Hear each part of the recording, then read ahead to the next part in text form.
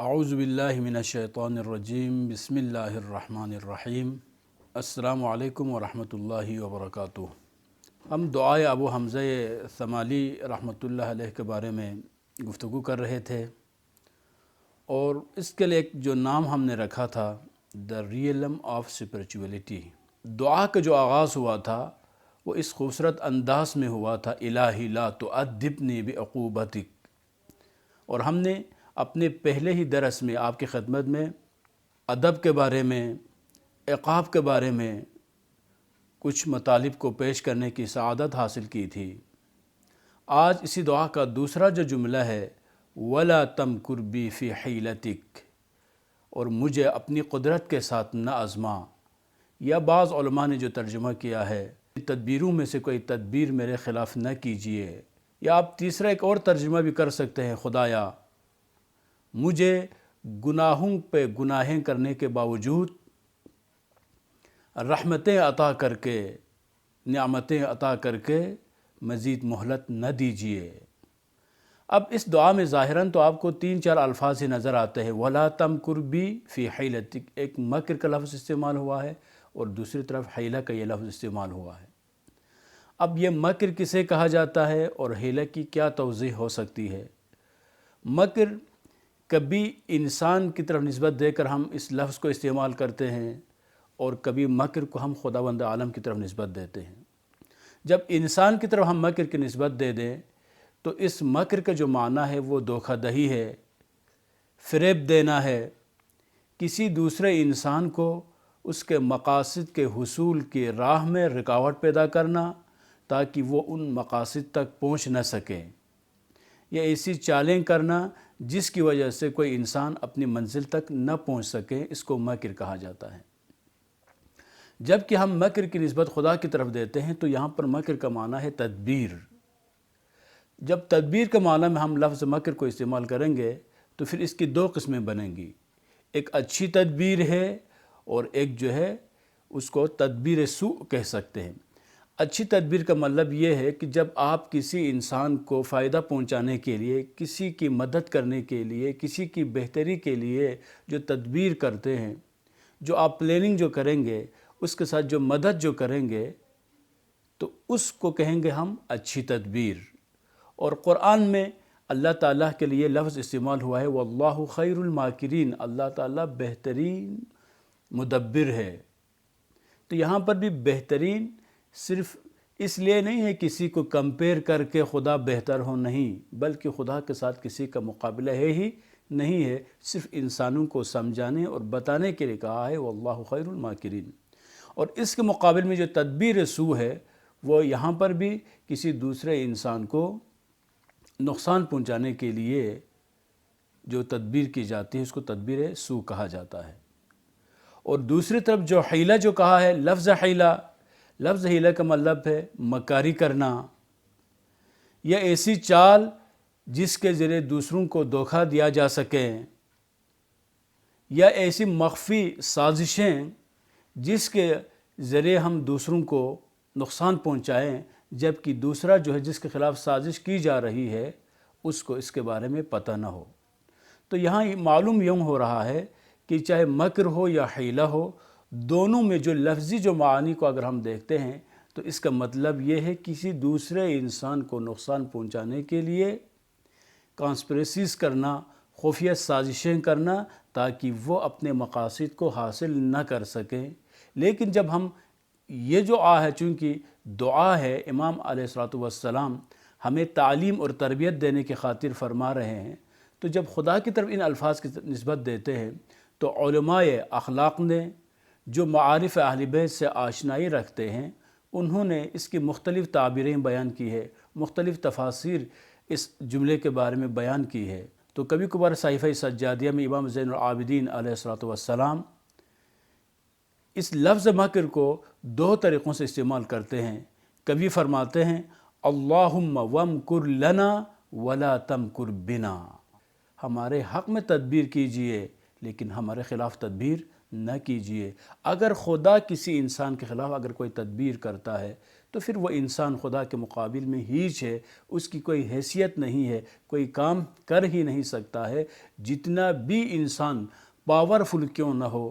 اس قدرت الہی کے مقابل میں اس کی کوئی حیثیت، کوئی اہمیت اس کی نہیں ہے۔ یہاں سے ایک اور چیز جو سمجھ میں آتی ہے وہ یہی ہے، وَلَا تَمْكُرْ بِي فِي حِيلَتِكَ۔ امام اس حقیقت کو ہم تک پہنچانا چاہتے ہیں کہ اس پوری کائنات میں جس کے پاس سپریم جو اتھارٹی اگر کسی ذات کے پاس موجود ہے تو وہ خدا کی ذات کے پاس ہی ہے۔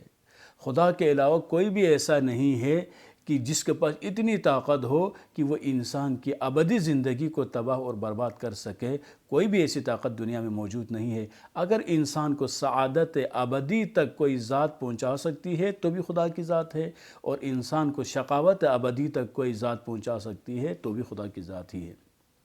تو اگر یہ انسان اپنے رب کے ساتھ جو ریلیشن ہے اس کو اگر مضبوط بنائے، خدا کے ساتھ جو اپنا تعلق ہے اس کو اگر اسٹرینتھن کرے، تو وہ انسان ایسے کمالات کو حاصل کر سکتا ہے، اور دنیا میں بھی وہ ایک کامیاب زندگی گزار سکتا ہے، اور آخرت کے دن بھی نجات حاصل کر سکتا ہے۔ شرط یہی ہے کہ یہ انسان اس چیز پر یقین رکھے کہ ایک پروردگار ہے، ایک ذات ہے جو خالق ہے، جو ہمارے لیے مدبر ہے، اور جو ہماری زندگی اور جو موت کا مالک ہے۔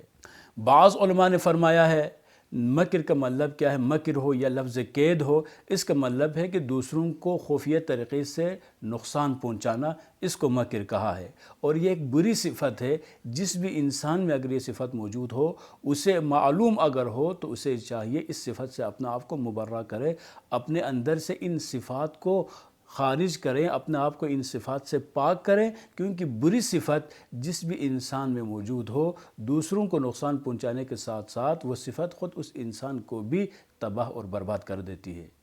اسی لیے جتنی بھی جو بیڈ کریکٹرسٹکس ہے انسانوں میں موجود ہے، اگرچہ ظاہراً تو وہ یہ انسان یہ خیال کر رہا ہوگا کہ میں دوسروں کو نقصان پہنچا رہا ہوں، میں دوسروں کے لیے تباہی کا سامان فراہم کر رہا ہوں، لیکن آگ جب جلتی ہے تو پہلے اپنے ارد گرد والی چیزوں کو ہی خاکستر کر دیتی ہے، پھر اس کے بعد اڑوس پڑوس میں موجود چیزوں کو خاکستر کر دیتی ہے۔ تو ان بری صفات کے ساتھ سب سے پہلا جو نقصان آپ کو ہوگا کہ آپ کی زندگی میں وہ سکون آپ کو میسر نہیں آئے گا جس سکون کی خاطر آپ دوسروں کو نقصان پہنچانا چاہتے ہیں۔ یہ خواہش دل میں رکھتے ہیں کہ میں دوسروں کو اگر نقصان پہنچاؤں گا، دوسرے اگر تباہ اور برباد ہو جائیں گے تو پھر سکون ملے گا۔ ایسا نہیں ہوتا۔ اگر دوسروں کو نقصان پہنچا کر، دوسروں کو تباہ کر کے اگر کسی کو سکون مل جاتا تو طاغوت اور شیطانی صفات کے حامل دنیا میں جتنے ظالم گزرے ہیں ان ظالموں کو ابھی تو سکون مل چکا ہوتا۔ وہ ظالم کبھی بھی سکون حاصل نہیں کر سکتا۔ وجہ یہی ہے کہ ان میں وہ بیڈ کوالٹیز موجود تھی، جن کو ریموو کرنے کے بجائے، جن کو ایلیمینیٹ کرنے کے بجائے، جن کو ایریڈیکیٹ کرنے کے بجائے وہ ان صفات کے مطابق زندگی گزارتے رہے، دوسروں کو نقصان پہنچاتے رہے، دوسروں کی زندگی کو تباہ اور برباد کرتے رہے۔ یوں تباہ کرتے کرتے خود تباہی کے دہانے پر پہنچ گئے، نہ صرف اس دنیا میں بلکہ ہلاکت ابدی کا وہ حقدار ٹھہرے۔ لہٰذا ہمیں بھی چاہیے اپنی زندگی کو بہتر سے بہتر بنائیں ان تعلیمات کی روشنی میں کہ جن تعلیمات پر عمل کر کے ہمیں یہ یقین حاصل ہوگا کہ ہم اپنی زندگی کو مرضی خدا کے مطابق گزار رہے ہیں۔ بس خلاصہ یہ ہوا کہ مکر کی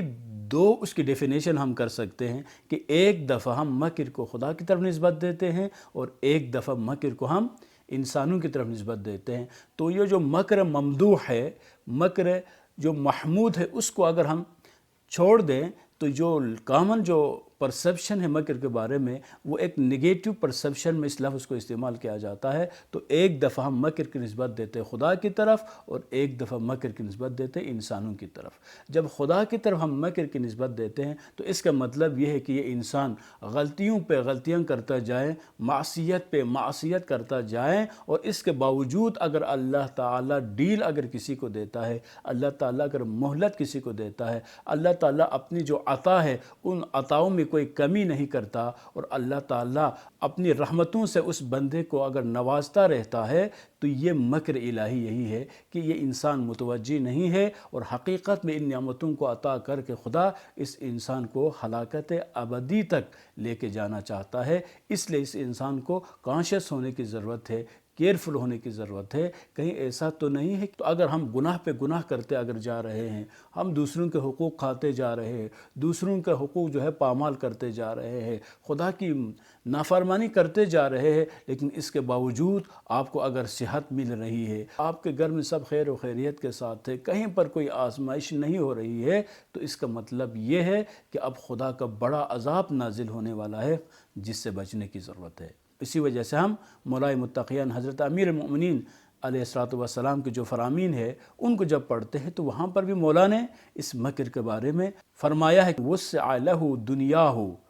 ولم یعلم انہ مکر بہ فہو مخدوع عن عقلہ۔ یہاں پر بھی مولا اسی چیز کو بیان فرما رہے ہیں کہ خدا کی طرف سے رحمتیں اگر مسلسل مل رہی ہوں، عطائیں خدا کی عطائیں ہو رہی ہوں، لیکن یہ انسان ان نعمتوں کی طرف متوجہ نہ ہو، ان نعمتوں کا شکرانہ اگر ادا نہ کر رہا ہو، تو پھر یہ انسان دھوکہ کھا رہا ہے، یہ انسان اپنے آپ کو فریب دے رہا ہے، اس کی عقل پر پردے پڑ رہے ہیں، اور یہ پردے اس وقت اٹھیں گے جب یہ انسان اس دنیا سے اس دنیا کی طرف منتقل ہو رہا ہوگا۔ مکر کا مطلب کیا ہوا؟ مکر کا مطلب ڈیل دینا، مہلت دینا۔ اب یہاں پر علماء اسلام میں سے ابن اثیر مکر کی تعریف کرتے ہوئے لکھتے ہیں مکر اللہ ایقاء بلائہ باعدائہ دون اولیائہ۔ ابن اثیر کہتے ہیں مکر کا مطلب اللہ تعالیٰ اپنی دشمنوں کو جو سزائیں خدا دیتا ہے، عذاب الہی میں جو لوگ مبتلا ہو جاتے ہیں، جو خدا کے مخالف ہے، خدا کو نہ ماننے والے جو افراد ہیں، جن کو خدا عذاب میں جب مبتلا کرتا ہے تو اس کو مکر الہی کہا جاتا ہے۔ جبکہ اسی کے مقابل میں ایک اور عالم کا یہ نظریہ ہے، وہ بہت ہی ایک نئی تعریف کرتے ہیں، وہ فرماتے ہیں وہ استدراج العبد بالطاعات، طاعات کے ذریعے اگر آہستہ آہستہ گریجولی اگر خدا اس بندے کو عذاب الہی میں مبتلا کر رہا ہے تو اس کو کیا کہا جاتا ہے؟ اس کو مکر کہا جاتا ہے۔ کیسے؟ مثلاً کہ یہ بندہ ایسی ایسی چیزوں کو انجام دیتا ہے جس کے نتیجے میں اس کی اطاعت خدا کی بارگاہ میں قبول نہیں ہوتی ہے، لیکن یہ بندہ اس چیز کی طرف متوجہ ہی نہیں ہے کہ جو عبادت وہ انجام دے رہا ہے وہ اللہ کی بارگاہ میں قبول ہی نہیں ہو رہی۔ مثال کے طور پر اگر کوئی انسان حرام کھاتا ہے، پوری زندگی حرام خوری میں ہی گزارتا ہے، اور اسی طرح سے قطع رحم کرتا ہے،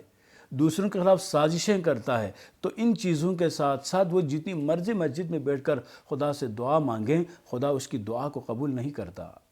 یا جو قطع رحم کرتا ہے، خدا اس کی عبادت کو قبول نہیں کرتا، لیکن یہ عبادت جو بندہ انجام دے رہا ہے اس کو یہ پتہ ہی نہیں ہے، جس عبادت کو انجام دینے کے لیے ہمتاً وہ مصروف ہے، حقیقت میں وہ عبادت ہی نہیں ہے، اس لیے کہ اس عبادت کی قبولیت کے لیے جو شرائط درکار تھیں ان شرائط کی طرف متوجہ ہی نہیں ہے۔ علامہ طبرسی رحمۃ اللہ علیہ جو ہے فرماتے ہیں یہاں پر مکر الہی کا مطلب عذاب الہی ہے۔ اب عذاب اللہ تعالیٰ مختلف طریقوں سے لوگوں کو دے سکتا ہے۔ ایک اور کسی بڑے بزرگ عالم کا یہ نظریہ ہے مکر کا مطلب یہ ان مکر اللہ استدراجہ ایاہم بالصحۃ والسلامۃ وطول العمر وتظاہر النعمت۔ مکر کا مطلب یہ ہے کہ اللہ تعالیٰ کا جو معصیت کار ہے، جو خطا کار ہے، جو گناہ گار ہے، ان کو صحت عطا کر کے، سلامتی عطا کر کے، طول عمر عطا کر کے، ان کو جو مہلت خدا دے رہا ہے، اس مہلت دینے کو مکر کہا جاتا ہے۔